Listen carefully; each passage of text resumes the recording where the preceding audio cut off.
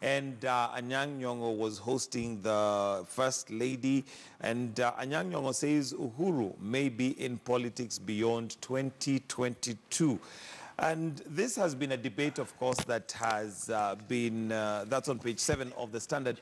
This is a debate that has continued to go on the President Uhuru Kenyatta as to whether he's going to retire.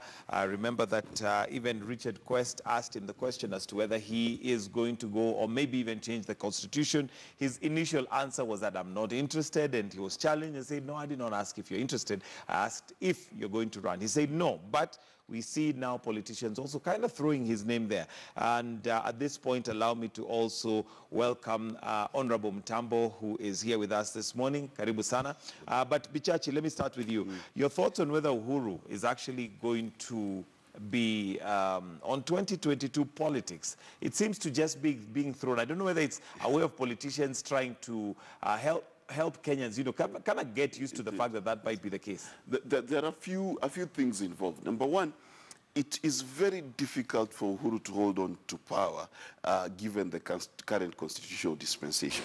Kenya is one of those countries where if you try to overstay your welcome, the memory of the Moi era is still fresh in a lot of people's minds, and I'm sure a lot of people will go on the street. Secondly, it will be very difficult for him to do so because he has not coalesced the kind of power, dictatorial power that you need to be able to change the constitution to favor you to continue to be president. If you look at Yoweri Kaguta Museveni, if you look at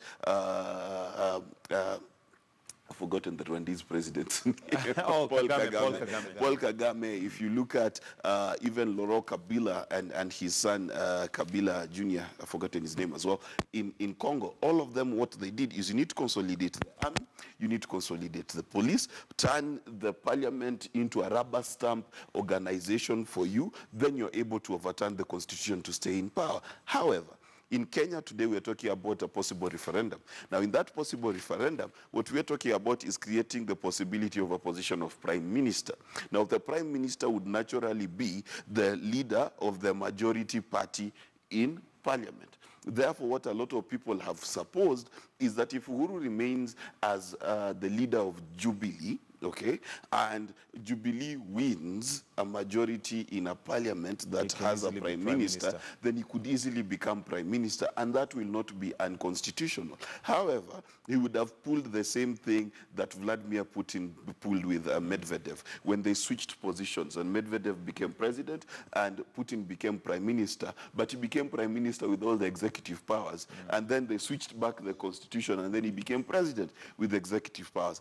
Will that happen in Kenya? It is a possibility. It is a possibility because if we rewrite our constitution, then it is possible that he would become prime minister if that's the case. That happened. And we must remember that Uhuru will be the youngest retired president in Kenyan history. All right. Honorable Mtambo, do you see Uhuru Kenyatta possibly staying around, lingering around after 2022, or rather in 2022? And again, when we look at somebody like the former president, Mwai Kibaki, he basically retired and, you know, very low profile, nobody knows what he's up to, but that, and Kenyans have accepted that. But again, like Atwoli said, Uhuru is too young to go home. What is he going home to do? Maybe that is the debate. The debate is around the age.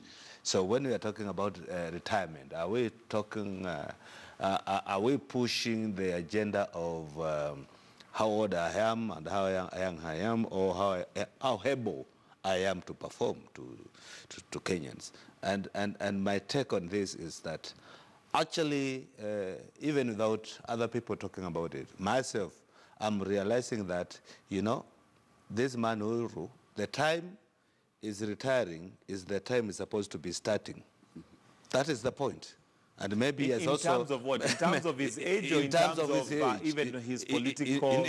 Yes, because this is the time now he has built his political career. This is the time is ripe. That's what I would say.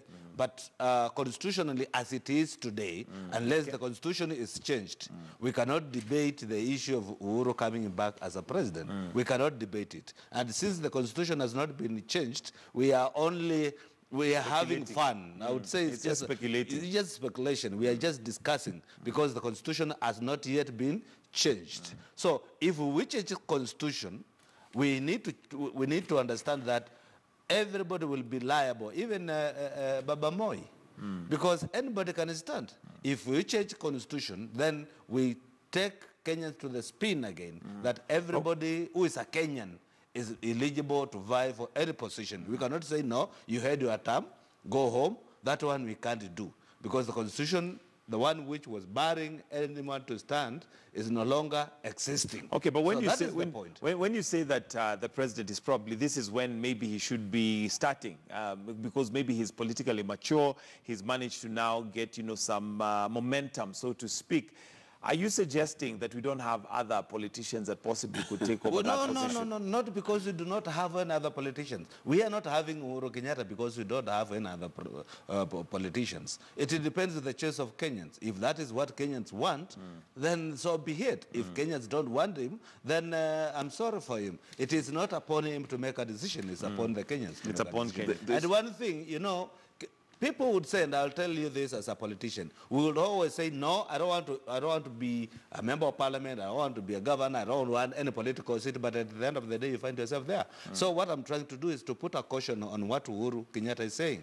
He is saying that, no, I'm not interested in any political seat. To me, I think that is a PR. Yeah. Okay. and we need to also understand one thing, that if Uhuru Kenyatta, and indeed even his deputy William Ruto, have any hope of political relevance past 2022, they have to deliver, okay?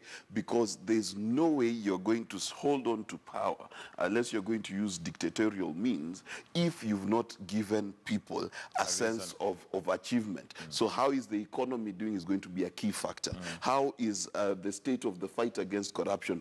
Key factor. How are you able to unite the country? Key factor. If today Uhuru Kenyatta was able to deal with corruption, and corruption ended, and he said he wanted to go one more term, I promise you Kenyans would be go. Willing to follow. Yes, but if status quo remains, it's a pipe dream. All right.